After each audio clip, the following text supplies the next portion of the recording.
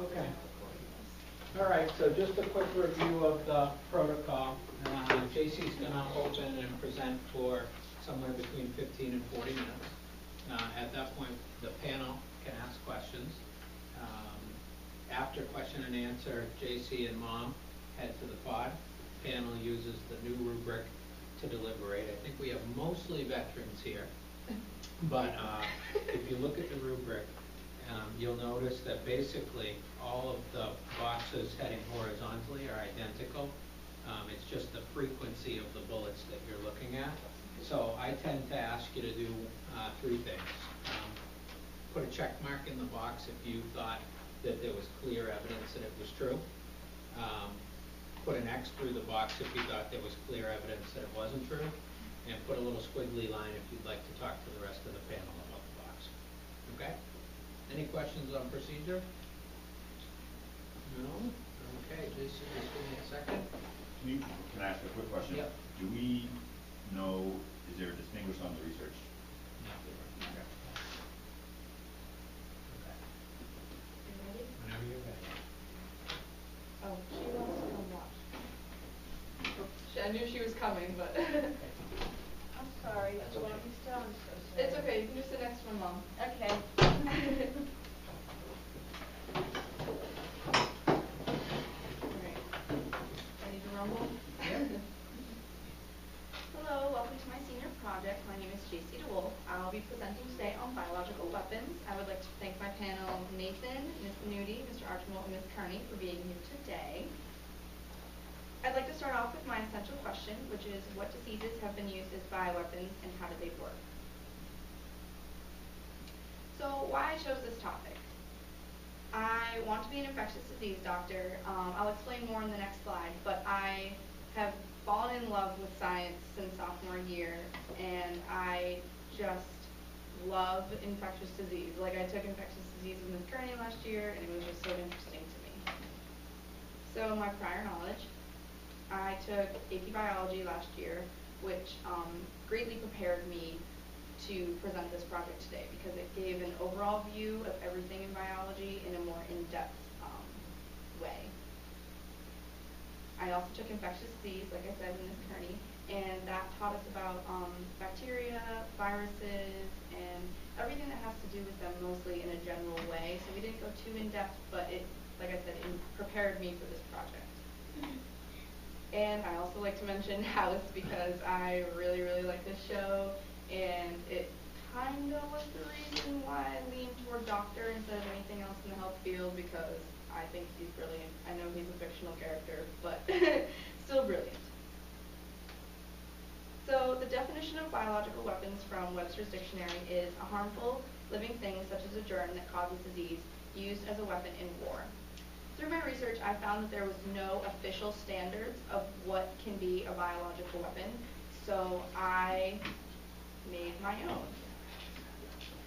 I require them to be able to genetically mutate. So with being able to genetically mutate, it'll give countries more of a chance to have other countries prevent ways of building vaccines and building treatments, because one little change of a gene can switch around a whole organism in great ways. It has to be lethal. So the three examples I'll be talking about today are anthrax, smallpox, and plague. And those are very lethal diseases. They progress quickly through the body, and they have very severe symptoms. In a way, it wouldn't be effective, for example, to spread out the common cold as a biological weapon because so many people get over the common cold within just at max a couple of weeks. Vaccinations are also very important. You want to make sure that you know the research on the vaccinations in the weapon that you're about to use. So, like I said, a lot of people know they get the flu vaccination, so it would be less of a chance that you'd want to use the flu because a lot of people nowadays are getting vaccinated against it, whereas anthrax isn't being vaccinated toward everyone, so that's why it's used so often. And to go along with that, having it be knowledgeable but also mysterious. Like I just said, you specifically want to know about the disease. You don't want your enemy to know about the disease. So it can spread easily and they won't be able to catch up with it as it runs wildfire through your target area. There are many different types of diseases. There are bacteria and viruses. These are the two most common that you'll see in our world today. Viruses are different than bacteria. Bacteria can be treated with things like antibiotics, and viruses aren't actually living as compared to bacteria are. So some other types are rickettsia, toxins, and fungi. I won't specifically be talking about any of these today because they're not commonly used in our world, but I thought I would mention them in some examples so that you would have an idea of some other options. So I'm going to start off with a timeline. So there wasn't very many documentations back when biological weapons were first started. So I started when the first one was actually documented, which is in 1347. Mongolian forces used plague-infested bodies and threw them into the Black Sea and into a port center. And they didn't know any research on the plague. They just knew that it was already running really fast through all their people. So they took the dead infected bodies and put them into the port so it would infect their enemies. This is believed to be the start of the Black Death because Italians were mainly going through this port and they brought it back to Italy, and then it just, as we all know, the Black Death ran for many centuries and killed off 1/3 of Europe's population. Then in 1945, Spanish forces used blood from leprosy patients and mixed it with wine and sold it to the French. If anyone knows what leprosy looks like, you get these awful, huge bumps on your face, and it is really gross, so I didn't add a picture. And you can just tell that they, even though there wasn't research and research labs like we have today, they knew what these diseases could do to people. In 1650, Poland sent saliva that was infected with rabies to their enemies. So like I said, they didn't know what the research behind it was, but they knew it was going to hurt them and they could get the upper hand from it. Then in 1710, the plague shows up again. The Russian army took infected bodies, like the Mongolian forces did, and threw them over city walls to stop the Swedish army from coming up on them. They were moving really fast up on the Russian army, and there was so many of their people being taken out by the plague. They were like, might as well use these bodies to our advantage. So they threw them towards the enemy so that they could all become sick.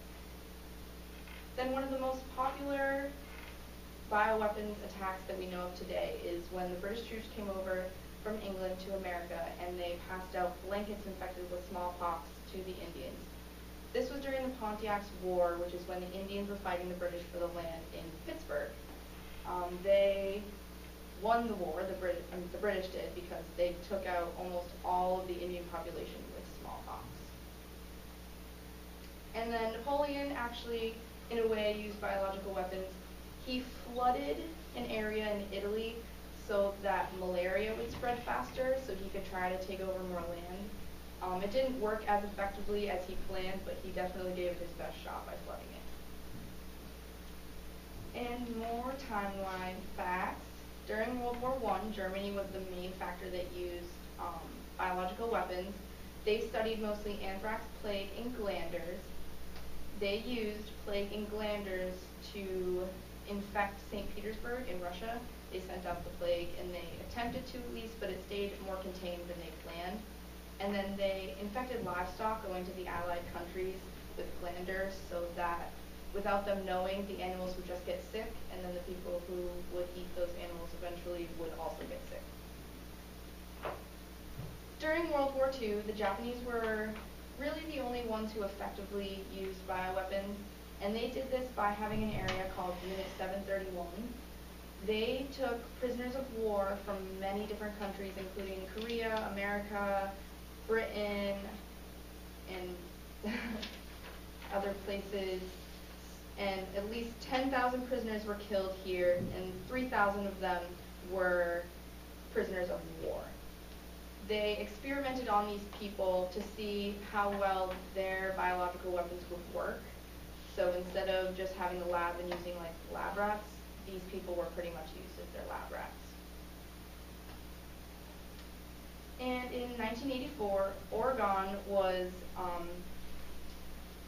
run was used as a biological attack with anthrax. A group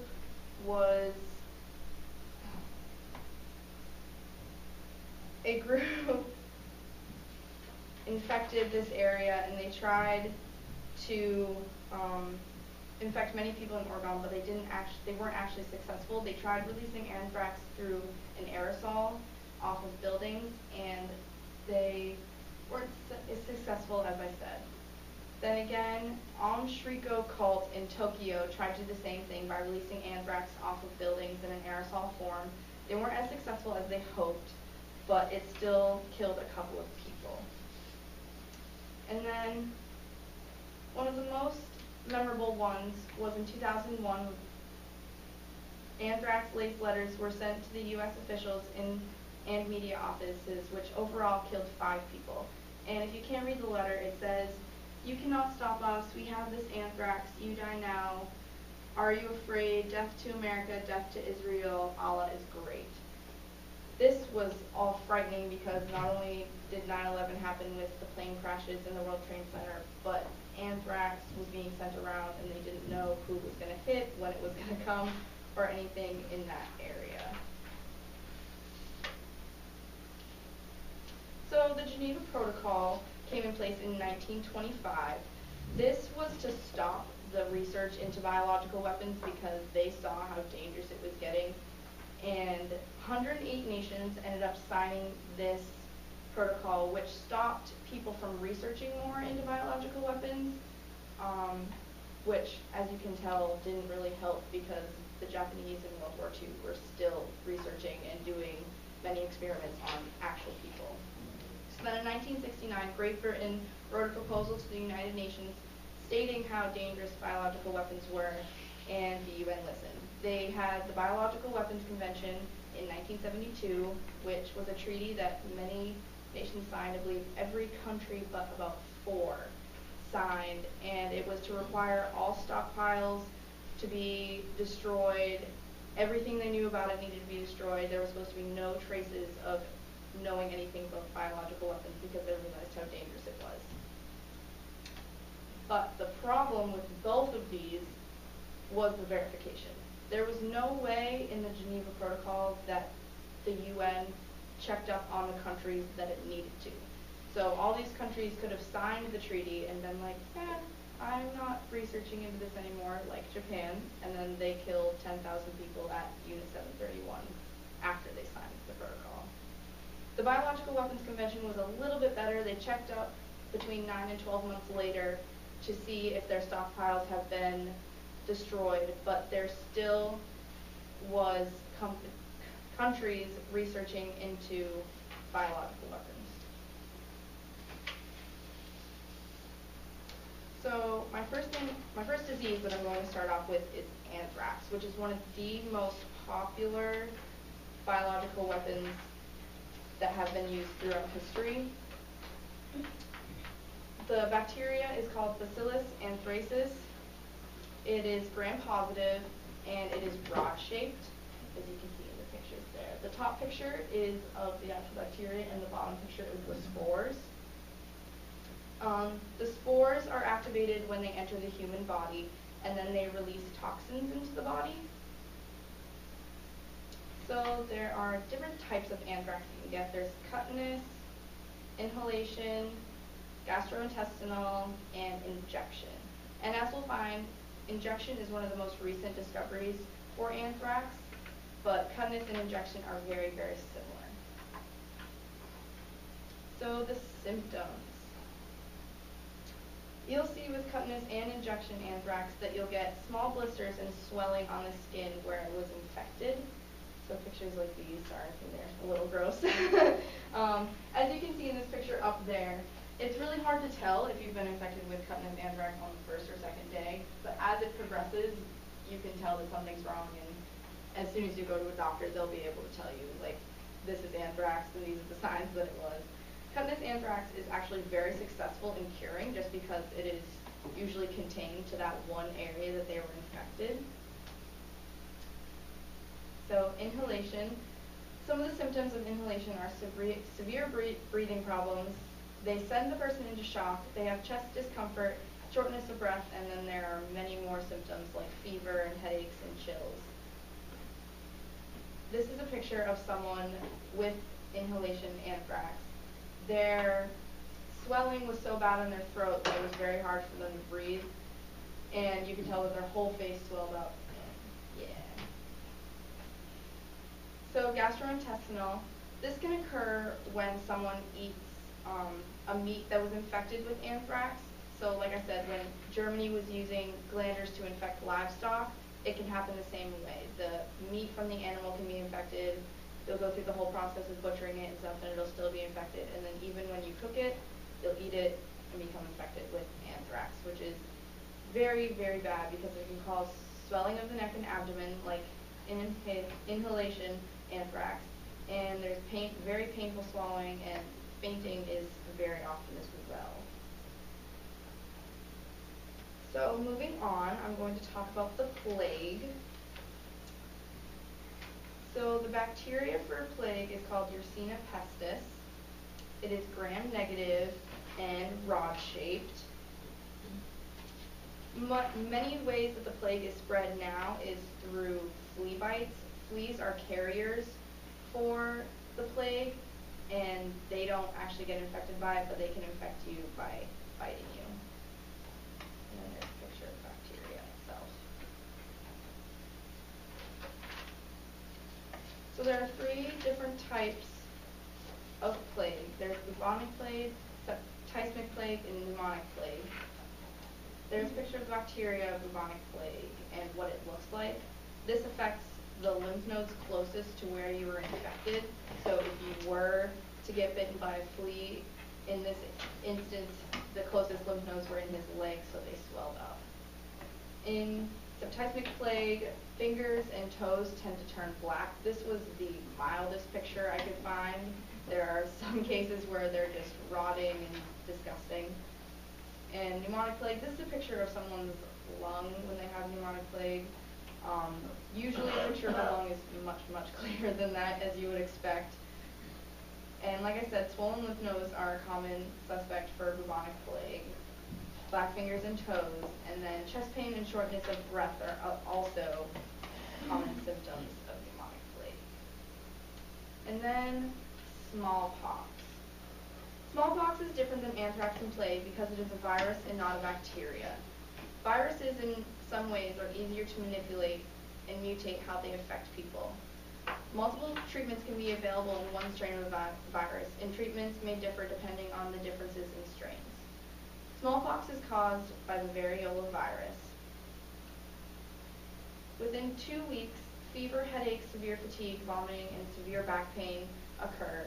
Within the first 17 days, though, you're not going to be able to transmit the disease because it is not fully developed. Few days after that, red flat spots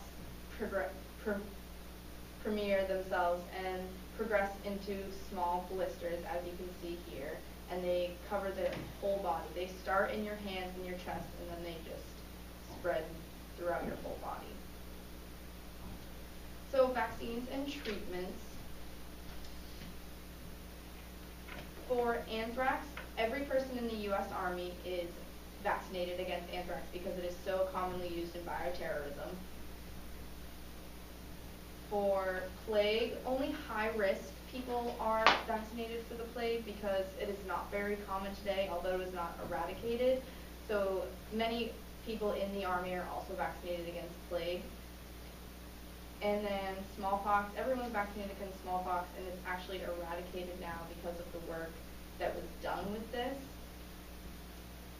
And ways to treat anthrax and plague are through antibiotics, and there's actually no treatment for smallpox, so we're lucky that it's eradicated because it's such an awful disease. So the future for bioweapons, designer genes. So designer genes means that you can essentially make a synthetic gene and insert it into the genome of a bacteria or a virus. And like I stated earlier, changing a gene can change the whole organism, let alone adding in more synthetic genes.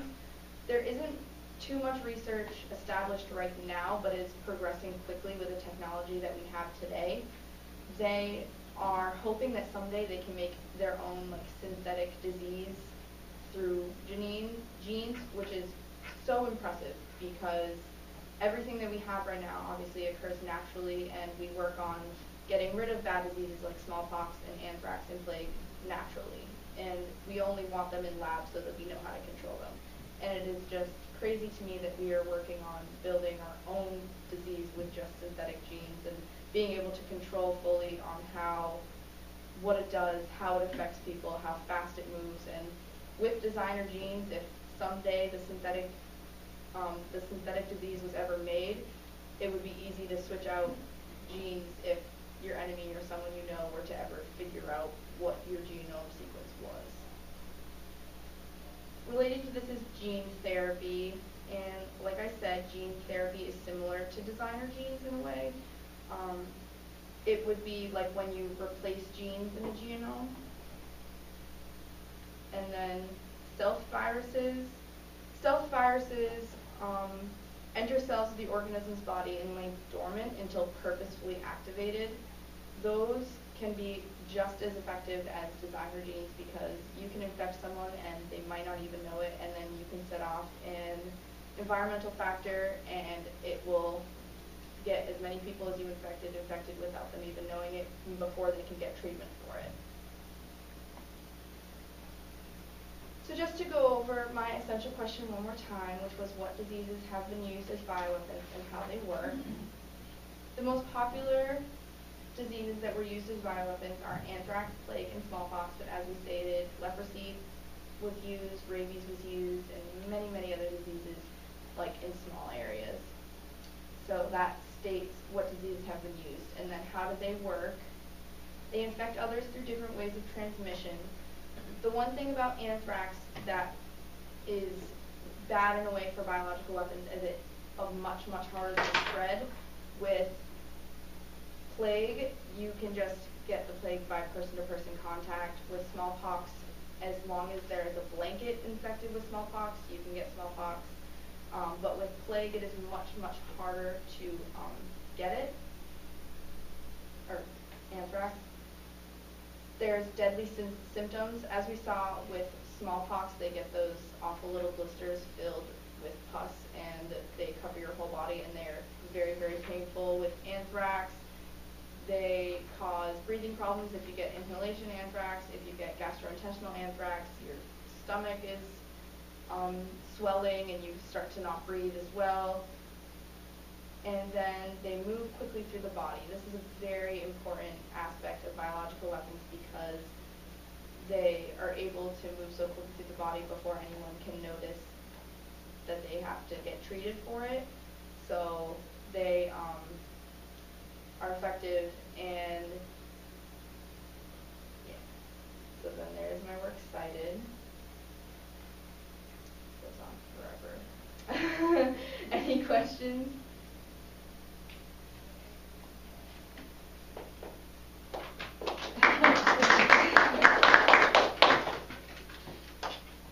Jaysie, I have a question. Yes. What does gram-negative mean? So you get stains from, I don't remember exactly what it means, but you stain a bacteria to see how it's different in the way it acts. So there's gram-positive and gram-negative. I don't remember the exact process, but I know that you stain a bacteria to find out different things about it. So when you were doing your research, do you come across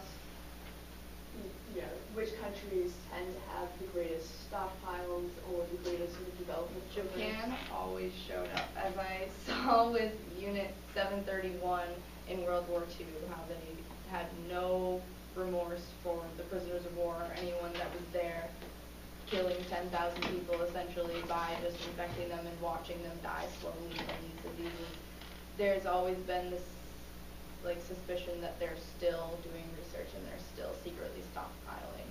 I believe there's a couple countries in Africa that didn't sign the biological weapons treaty, but they never really showed up as serious offenders because most of the countries were not developed enough to do enough research into the being effective in making biological weapons.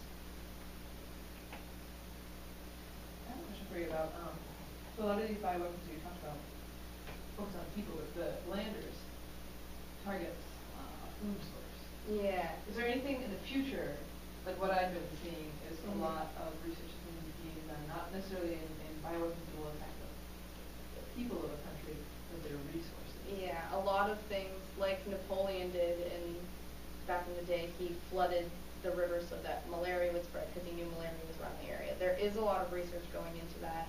Like if you guys have seen Contagion, that whole movie started because that one woman shook the hand of a guy who was touching an infected animal.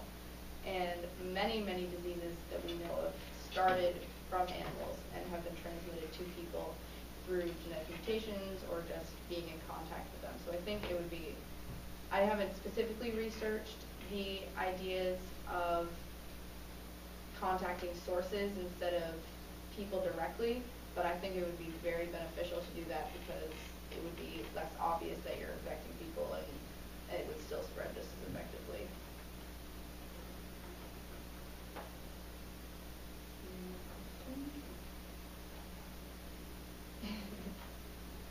No other questions? Okay, all right. So at this point, the audience can move to the pod.